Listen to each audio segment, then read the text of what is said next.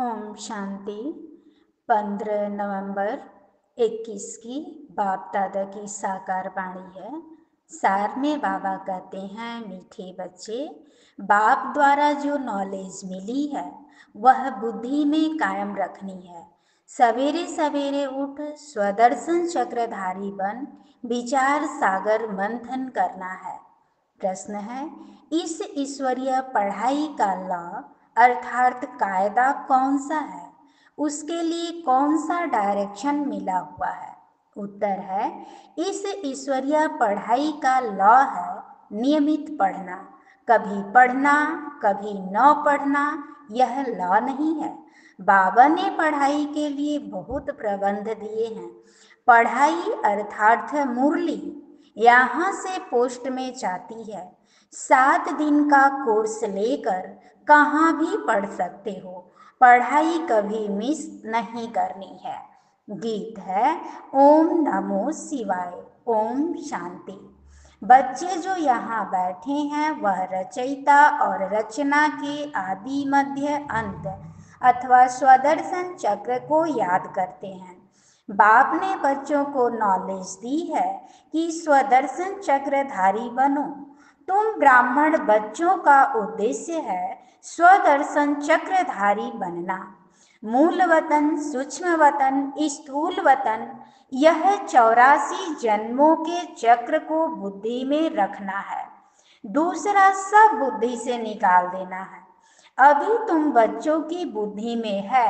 बरोबर बाबा ने हमको सूर्यवंशी चंद्रवंशी बनाया था, फिर 84 जन्म लिए हैं। चलते फिरते उठते बैठते यह स्व आत्मा को बाप का और रचना के आदि मध्य अंत का ज्ञान है।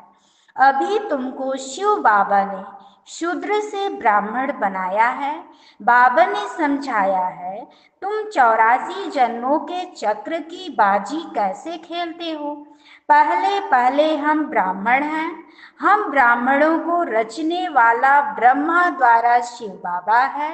रचता और रचना के ज्ञान से ही तुम स्वदर्शन चक्रधारी बनते हो। यह नॉलेज बुद्धि में कायम रखनी है। सुबह को उठकर स्वदर्शन चक्रधारी बन बैठ जाना चाहिए। हमने अपने 84 जन्मों के चक्र को जान लिया है। हम सब आत्माओं का रचयिता बाप एक है, कहते भी हैं। हम सब भाई भाई हैं। हमारा बाप वह निराकार परमपिता परमात्मा है, परम धाम में रहने वाला है। हम भी वहाँ रहते थे। वह हमारा बाबा है। बाबा अक्षर बहुत लवली है। शिव बाबा के मंदिर में जाकर कितनी पूजा करते हैं, बहुत याद करते हैं। बाप कहते हैं, मैं तुमको मनुष्य से देवता तुच्छ बुद्धि से स्वच्छ बुद्धि बनाता हूँ।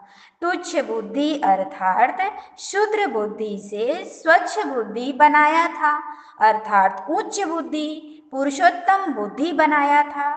सभी पुरुष स्त्री इन लक्ष्मी नारायण को नमन करते हैं, परंतु यह नहीं जानते यह कौन है, कब आए, क्या है। बाप ने समझाया है यह भारत अविनाशी खंड है, क्योंकि अविनाशी बाप परमपिता परमात्मा की भी जन्मभूमि है। पतित पावन सर्व के सद्गति दाता का जन्म स्थान है, तो यह हुआ बड़े से बड़ा तीर्थ स्थान। इतना नशा थोड़े ही किसको है कि यह परमपिता परमात्मा की सर्व के सद्गति दाता बाप की जन्मभूमि है। पतित पावन की जयंती भारत में हुई है। शिव जयंती मनाते हैं तो जरूर शिव का जन्म यहाँ ही होता है। यह भारत बड़ा तीर्थ स्थान है, परंतु ड्रामा अनुसार किसको पता नहीं कि यह हमारे गॉडफादर अथवा माता पिता पतित पावन सर्व के सद्गति दाता का जन्म स्थान है। इसलिए भारत भूमि को वंदे मातरम कहते हैं, अर्थात इस भूमि पर यह बच्चियां जो श्रीमत से भारत को स्वर्ग बनाती हैं, उनको यह नशा रहना चाहिए कि श्रीमत पर हम कल्प कल्प भारत को पैराडाइज बनाते हैं। जो जितना श्रीमत पर चलेंगे उतना ऊंच पद पाएंगे। भारतवासियों ने कल्प की आयु लाखों वर्ष लिख दी है। तुम जानते हो, बाबा जिसका यह भारत जन्म स्थान है, उसने जो धर्म स्थापन किया उसकी है गीता। गीता किसने गाई, यह भारतवासी भूल गए हैं। कितना फर्क हो गया है। कहाँ निराकार शिव, कहाँ श्री कृष्ण। तुम जानते हो, कृष्ण की आत्मा जो गोरी थी, वह अब बहुत जन्मों के अंत के जन्म में तमो प्रधान बन गई है। फिर इनमें प्रवेश कर इनको सो श्री कृष्ण गोरा बना रहा हूँ। इसलिए कृष्ण को सांवरा और गोरा, श्याम और सुंदर कहते हैं। यह सतयुग का पहला नंबर सुंदर प्रिंस था। इनकी महिमा है मर्यादा पुरुषोत्तम, अहिंसा परमो धर्म। भारतवासी यह नहीं जानते कि राधे कृष्ण और लक्ष्मी नारायण का आपस में क्या संबंध है। बाप कहते हैं, अब तक तुम जो कुछ पढ़ते आए हो उनमें कोई सार नहीं है। अब तुम सम्मुख बैठे हो, जानते हो, बाबा 5000 वर्ष के बाद हमको फिर से राजयोग की शिक्षा दे रहे हैं। सारी दुनिया कहती है कृष्ण ने गीता सुनाई। बाप कहते हैं, कृष्ण में सृष्टि के आदि मध्य अंत का ज्ञान ही नहीं है। कृष्ण की आत्मा ने आगे जन्म में यह ज्ञान प्राप्त किया है, अब कर रहे हैं, जिसका नाम मैंने ब्रह्मा रखा है। उनके बहुत जन्मों के अंत के जन्म में मैं प्रवेश करता हूँ। तुम मरजीवा बने हो ना। तुम्हारे अव्यक्त नाम भी रखे थे, अब नहीं रखते, क्योंकि बहुतों ने फारकती दे दी। बाप का बनकर नाम रखाकर भाग जाए, यह तो शोभता नहीं है, इसलिए नाम देना बंद कर दिया। अब तुम ब्राह्मण बने हो, प्रजापिता ब्रह्मा के बच्चे, शिव बाबा के पोत्रे हो। बाप कहते हैं, वर्षा तुमको मुझसे लेना है तो मुझे याद करो। इनका यह बहुत जन्मों के अंत का जन्म है। सूक्ष्म वतन में जो ब्रह्मा दिखाते हैं वह तो पावन है। सूक्ष्म वतन में प्रजापिता तो हो नहीं सकता। बाप समझाते हैं, यह व्यक्त है, झाड़ के पिछाड़ी में खड़ा है, यहाँ बच्चों के साथ योग में बैठे हैं पवित्र फरिश्ता बनने के लिए। तो सूक्ष्म वतन में दिखाना पड़े, यहाँ भी प्रजापिता जरूर चाहिए। वह अव्यक्त, यह व्यक्त।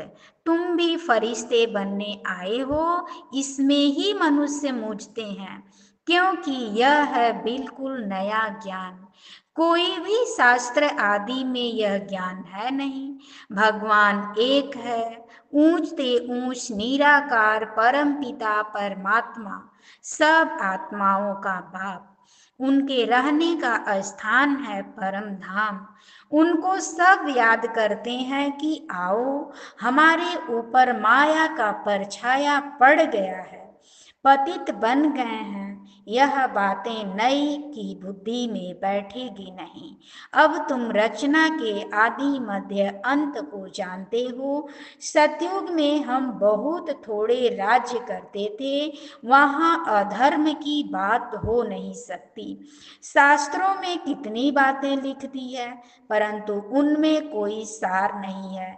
सीढ़ी उतरते उतरते अब अंत में आकर पतित बने हैं। अब तुम जंप करते हो उतरने में, 84 जन्म लगे, जंप सेकंड में करते हो। तुम बच्चे अब राजयोग सीख रहे हो, फिर शांति धाम में जाकर सुख धाम में आ जाएंगे। यह है दुख धाम।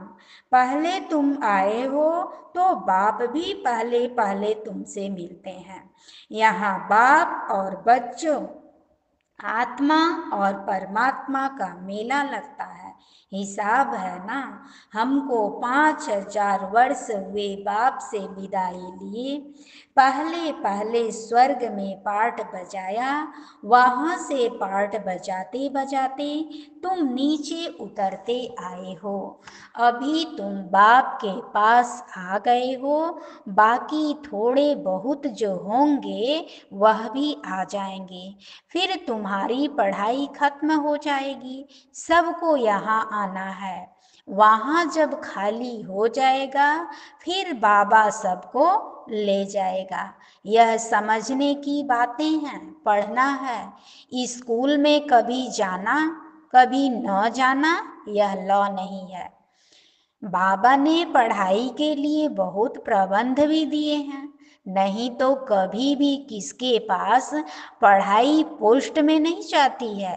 यह बेहद बाप की पढ़ाई पोस्ट में जाती है। कितने कागज छपते हैं, कहाँ कहाँ जाते हैं। 7 दिन का कोर्स लेकर फिर कहाँ भी पढ़ते रहो। इस समय सभी आधा कल्प के रोगी हैं, इसलिए 7 रोज भट्ठी में रखना पड़े। यह 5 विकारों की बीमारी सारी दुनिया में फैली हुई है। सतयुग में तुम्हारी काया निरोगी थी, एवर हेल्दी एवर वेल्दी थी। अब तो क्या हाल हो गया है। यह सारा खेल भारत पर है। तुमको 84 जन्मों की अब स्मृति आई है। कल्प कल्प तुम ही स्वदर्शन चक्रधारी बनते हो और चक्रवर्ती राजा भी बनते हो। यह राजाई स्थापन हो रही है। इसमें नंबरवार पद होंगे। प्रजा भी अनेक प्रकार की चाहिए। दिल से पूछना चाहिए कि हम कितनों को आप समान स्वदर्शन चक्रधारी बनाते हैं। जितना जो बनाएगा वही ऊंच पद पाएगा। तुमको बाप माया से युद्ध करना सिखलाते हैं, इसलिए उनका नाम युधिष्ठिर रख दिया है। माया पर जीत पाने की युद्ध सिखलाते हैं। युधिष्ठिर और धृतराष्ट्र भी दिखाते हैं। गाया भी जाता है, माया जीते जगत जीत। कितना समय तुम्हारी जीत कायम रही, फिर हार कितना समय खाते हो यह भी तुम जानते हो। यह जिस्मानी युद्ध नहीं है, न देवताओं और असुरों की युद्ध है, न कौरवों और पांडवों की युद्ध है। झूठी काया, झूठी माया, झूठा सब संसार। यह भारत झूठ खंड है। सच खंड था जब से रावण राज्य शुरू हुआ, तब से झूठ खंड बन गया। ईश्वर के लिए कितना झूठ बोलते हैं, कितना कलंक लगाते हैं। कलंगी अवतार भी गाया हुआ है। सबसे जास्ती कलंक बाप पर लगाते हैं। उनके लिए कहते कच्छ मच्छ अवतार। पत्थर भीतर में ईश्वर कितनी गाली देते हैं। क्या यह सभ्यता है? अभी तुमको रोशनी मिली है। तुम जानते हो बाप हमको रचता और रचना के आदि मध्य अंत का राज समझा रहे हैं, जो और कोई नहीं जानते। बाप ही सद्गति दाता है। बाबा के ज्ञान से सबकी सद्गति होती है। बाकी जो खुद ही दुर्गति में है वह कैसे औरों की सद्गति करेंगे। तुमको आकर राजाओं का राजा बनाता हूँ। तुम ही पवित्र पूज्य थे, अब आकर पुजारी बने हो। पवित्र राजाओं की अपवित्र राजाएं पूजा करते हैं। सतयुग में डबल सिर ताज थे। भिखारी राजा होते हैं तो सिंगल ताज रहता है, वह भी महाराजा महारानी। परंतु पवित्र को अपवित्र जाकर माथा टेकते हैं।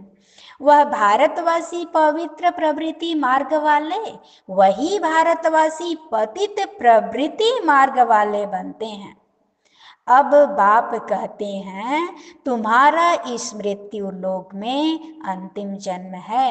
अभी मैं आया हूँ, पुरानी दुनिया खल्लास होनी है।